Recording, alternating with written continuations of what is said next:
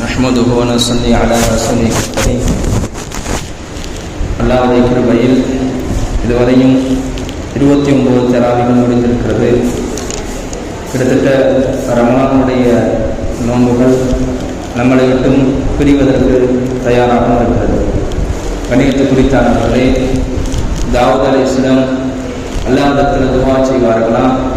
அல்லாஹ்விடத்தில் கேட்கும்பொழுது ஒரு 4 விஷயத்தை கேட்பார்கள். அல்லாஹும்ம இன்னி அஸ்அலுக அர்பஅன், அஸ்அலுக லிசானன் தாக்கிரன். யா அல்லாஹ், உன்னிடத்தில் நினைவு கூறக்கூடிய நாவை, திக்ரு செய்யக்கூடிய நாவை உன்னிடத்தில் கேட்கிறேன். அல்லாஹ், எந்நேரமும் திக்ரு செய்யக்கூடிய நாவாக என்னுடைய நாவ் இருக்க வேண்டும் என்பதாக துவா செய்வார்கள். இரண்டாவதாக கல்வன் ஷாக்கிரன், அல்லாஹ்வுக்கு நன்றி செலுத்தக்கூடிய உள்ளமாக இருக்க வேண்டும் என்பதாக அல்லாஹ்விடத்தில் துவா செய்வார்கள். மூன்றாவதாக சாபிரன், சோதனைகள் தாங்கிக் கொள்ற உடலை எனக்கு கூடிய அல்லாஹ், சோதனை வந்தாலும் பொருந்து கொள்ளக்கூடிய பொறுமையாக இருப்பதற்கும் அதே போல அந்த சோதனையை தாங்கிக் கொள்ளக்கூடிய உடலை எனக்கு கொடுப்பாயா என்பதாக துவா செய்வார்கள். நான்காவதாக தீன் சம்பந்தப்பட்ட விஷயத்தையும் உலகம் சார்ந்த விஷயத்தையும் தீன் சம்பந்தப்பட்ட மார்க்கம் சம்பந்தப்பட்ட காரியங்களையும் எல்லாம் எனக்கு நல்ல மனைவியை ஏற்படுத்துவாயாக, ரெண்டுக்கும் எனக்கு சாதகமுள்ள மனைவியாக எனக்கு கொடுப்பாயா என்பதாக தாவூத் அலைஹிஸ்ஸலாம் கேட்பார்கள். அல்லாஹ்வுக்கு முதலாவதாக நன்றி செலுத்தணும், ஒன்று. ரெண்டாவதாக இருக்கிறதே அல்லாஹ்வை அதிகமாக திக்ரு செய்யணும். எந்த மனிதர் திக்ரு அதிகமாக செய்வாரோ அவர் சக்ராத்துடைய நேரத்தில் தண்ணி தாகம் என்பது ஏற்படாது. சக்ராத்தில் பார்த்தீங்கன்னா தண்ணி தாகம் என்பது ஏற்படும். யாராவது தண்ணி கொடுப்பார்களா? தண்ணி கொடுத்தாலும் உள்ளே போகாது. அந்த சூழ்நிலையில எந்த மனிதர் அதிகமாக திக்ருகள் செய்வாரோ, அல்லாஹ்வை அதிகமாக நினைவு கூறுவாரோ, அப்படிப்பட்ட நபருக்கு சக்ராத்துடைய நேரத்துல தண்ணி தாகம் என்பது ஏற்படாது என்பதாக வரலாறுகளை பதிவு செய்கிறார்கள். முதலாவதாக அல்லாஹ்வை திக்ரு செய்யணும், இரண்டாவதாக அல்லாஹ்வுக்கு நன்றி செலுத்தணும், மூணாவதாக எவ்வளவுதான் சோதனைகள் வந்தாலும் பொறுமை காக்க வேண்டும். சோதனைகள் இருக்கிறதே, ஒரு மனிதனுக்கு அல்லாஹ் கொடுக்கிறான் என்று சொன்னால் அல்லாஹ் அந்த மனிதரை பிரியப்படுகிறான். உலகத்துல அதிகமான சோதனை வந்தவர்கள் யார் சொன்னா நபிமார்கள் தான். நபிமார்களுக்கு அல்லாஹ் அதிகமான சோதனைகள் கொடுத்தான். அந்த சோதனைகள்லாம் பொறுத்துக் கொள்வதற்காக நபிமார்கள் எல்லாம் சகித்துக் கொண்டார்கள். எல்லாமே சகித்துக் கொண்டு பின்னாடி நமக்கு ஒரு நீண்ட நெடிய வாழ்க்கை இருக்கிறது என்பதாக அவர்கள் தமக்கு தாமே அவர்கள் சொல்லிக் கொண்டார்கள்.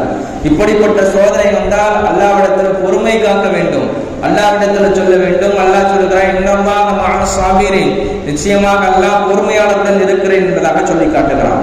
நான்காவதாக உலக காரியமாக இருக்கட்டும், தீன் சம்பந்தப்பட்ட விஷயமாக இருக்கட்டும், அல்லாஹ்விடத்தில் கேட்பது சாலிகான மனைவியை கேட்கணும்.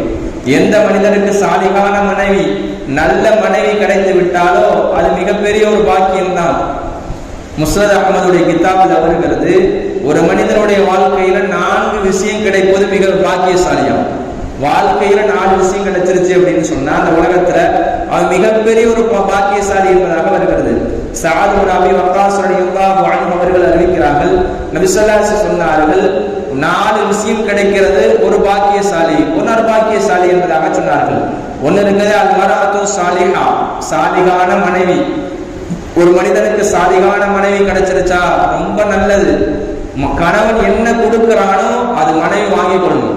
கணவனுக்கு கட்டுப்படக்கூடிய ஒரு பெண்ணாக ஆகிட்டான்னு சொன்னா அதை விட ஒரு சிறப்பு எதுவுமே கிடைக்காது. கணவனுடைய பேச்சுக்கு மாறு செய்யாமல் இருக்கிறாளா அது மிகப்பெரிய ஒன்று. எந்த வீட்டுல கணவனுடைய பேச்சை விட மனைவியுடைய பேச்சு உயர்ந்து இருக்கிறதோ அந்த வீட்டுல பரக்கத்து இருக்காது, அந்த வீட்டுல ரஹ்மத் இருக்காது. எந்த வீட்டுல கணவனுக்கு கட்டுப்படாமல் இருக்கிறார்களோ அந்த குடும்பம் இருக்கிறதே செழிப்பாக இருக்காது.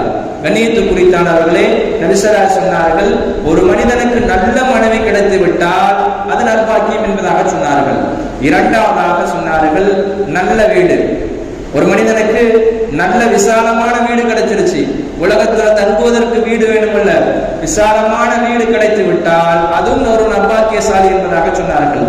மூன்றாவதாக நல்ல அண்டை வீட்டுக்காரை, பக்கத்துல அண்டை வீட்டுக்காரன் நல்ல வீட்டுக்காரனா இருக்கிறாரு, சண்டை சச்சரவு இல்லாம இருக்கிறாங்க.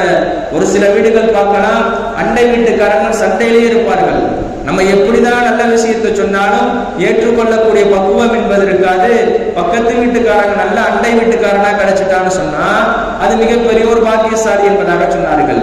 நான்காவதாக நல்ல வாகனம், பள்ளிவாசல் வரத்துக்கு நல்ல வாகனம்.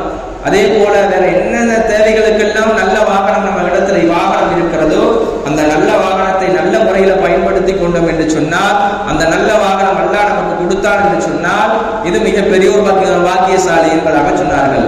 ஒரு மனிதனுக்கு நல்ல மனைவி கிடைப்பது ஒரு பாக்கியசாலி, இரண்டாவதாக விசாலமான வீடு, மூன்றாவதாக நல்ல அண்டை வீட்டுக்காரன், நாலாவதாக நல்ல வாகனம் என்பதாக சொன்னார்கள். கண்ணியத்து குறித்தாளர்களே, அல்லாஹ்விடத்துல துவா செய்யறதுல கூட இன்னைக்கு என்னென்னமோ கேட்கிறோம். நம்ம அல்லாஹ்விடத்துல கேட்கறது என்ன கேட்கணும்னு சொன்னா இந்த 4 விஷயத்தை கேட்கணும். ஒரு திருமணம் ஆவதற்கு முன்பாக ஒரு வாலிபன் நபர் இருக்கிறான்னு சொன்னா நபி அவர்கள் குர்ஆன்ல வருகிறது, ரப்பனா வபலனா மின் அஸ்வாஜினா வ துர்ரியாத்தினா குர்ரத அய்யுன். யா அல்லாஹ், என்னுடைய மனைவி எனக்கு வரக்கூடிய மனைவி எனக்கு கண்குளிர்ச்சி ஆக்குவாயாக. அந்த திருமணமாகி விட்டது என்று சொன்னால் அந்த குழந்தையின் மூலமாக எனக்கு கண் குளிர்ச்சியை கொடுப்பாயாக. மனைவி நல்ல மனைவி கிடைச்சிட்டாங்க, கண் குளிர்ச்சி ஆயிடுச்சுன்னு சொன்னா மிகப்பெரிய ஒரு பாக்கியம். அதே போலதான் வீடு கிடைச்சிருச்சுனாலும் ஒரு நல்ல ஒரு பாக்கியம். கண்ணியத்து குறித்தாளர்களே, அல்லாஹ்விடத்துல துவா செய்யறத என்னென்னமோ கேட்கிறோம். யாரெல்லாம் எனக்கு இவ்வளவு வசதியை கொடு, இவ்வளவு கொடு, அவ்வளவு கொடுன்னு கேட்கிறோம். அல்லாஹ்விடத்துல கேட்கணும், எனக்கு கொடுத்ததுல பறக்கச் செய். எனக்கு நீ என்ன கொடுத்தாயோ அதுல எனக்கு பரக்கத் செய் அல்லாஹ். நீ கம்மியா கொடுத்திருந்தாலே எனக்கு பரக்கத்து வேணும், அதிகமா கொடுத்திருந்தாலும் பரக்கத்து வேணும், நடுத்தரமா கொடுத்திருந்தாலும் பரக்கத்து வேணும். எனக்கு பிள்ளைங்கள் 2 பிள்ளைங்க கொடுத்திருந்தாலும் பரக்கத்து வேணும், ஒரு புள்ள கொடுத்திருந்தாலும் பரக்கத்து வேணும். ஒரு புள்ள இருந்தாலும் கண் குளிர்ச்சியாக இருக்கணும், 2 புள்ள இருந்தாலும் கண் குளிர்ச்சியா இருக்கணும், 5 பிள்ளைங்க இருந்தாலும் நமக்கு கண் குளிர்ச்சி ஆகணும். அல்லாஹ்விடத்துல கேட்கணும். எனக்கு அல்லாஹ்விடத்துல கேட்கும் பொழுது, துவா செய்யும் பொழுது எனக்கு இந்த விஷயத்தை எல்லாம் கேட்க வேண்டும். தாவூத் அலைஹிஸ்ஸலாம் 4 விஷயம் கேட்டார்கள். அதே போல ஒரு மனிதனுடைய வாழ்க்கையில 4 விஷயம் கிடைச்சிருச்சு அப்படின்னு சொன்னா இதை விட ஒரு நர்வாக்கியசாலி எந்த மனிதனும் உலகத்துல இருக்க முடியாது. அப்படிப்பட்ட அல்லாஹ் சுப்ஹானஹு வ தஆலா உலகத்துல நமக்கு இந்த 5 விஷயத்தை நமக்கு எல்லாம் 4 விஷயத்தை எல்லாம் நமக்கு கொடுப்பானாக. உலகத்திலேயே சந்தோஷமான வாழ்க்கை, மறுமையில சந்தோஷமான வாழ்க்கையை எல்லாம் ஏற்படுத்துவானாக. இருக்கக்கூடிய நாட்கள்ல அதிகமாக அல்லாஹ்வை திக்ர் செய்யக்கூடிய பாக்கியத்தையும் அல்லாஹ்வுக்கு நன்றி செலுத்தக்கூடிய பாக்கியத்தையும் அல்லாஹ் நமக்கெல்லாம் தந்து அருள் புரிவானாக. அல்லாஹ் சுப்ஹானஹு வ தஆலா நம்முடைய வறுமைகள் கஷ்டத்திலிருந்து நம்மளை எல்லாம் போக்குவானாக, சோதனையிலிருந்து பாதுகாப்பானாக. வரக்கூடிய சோதனை எவ்வளவுதான் வந்தாலும் அது தாங்கிக் கொள்ளக்கூடிய பக்குவத்தை நமக்கு அல்லாஹ் கொடுக்கணும்.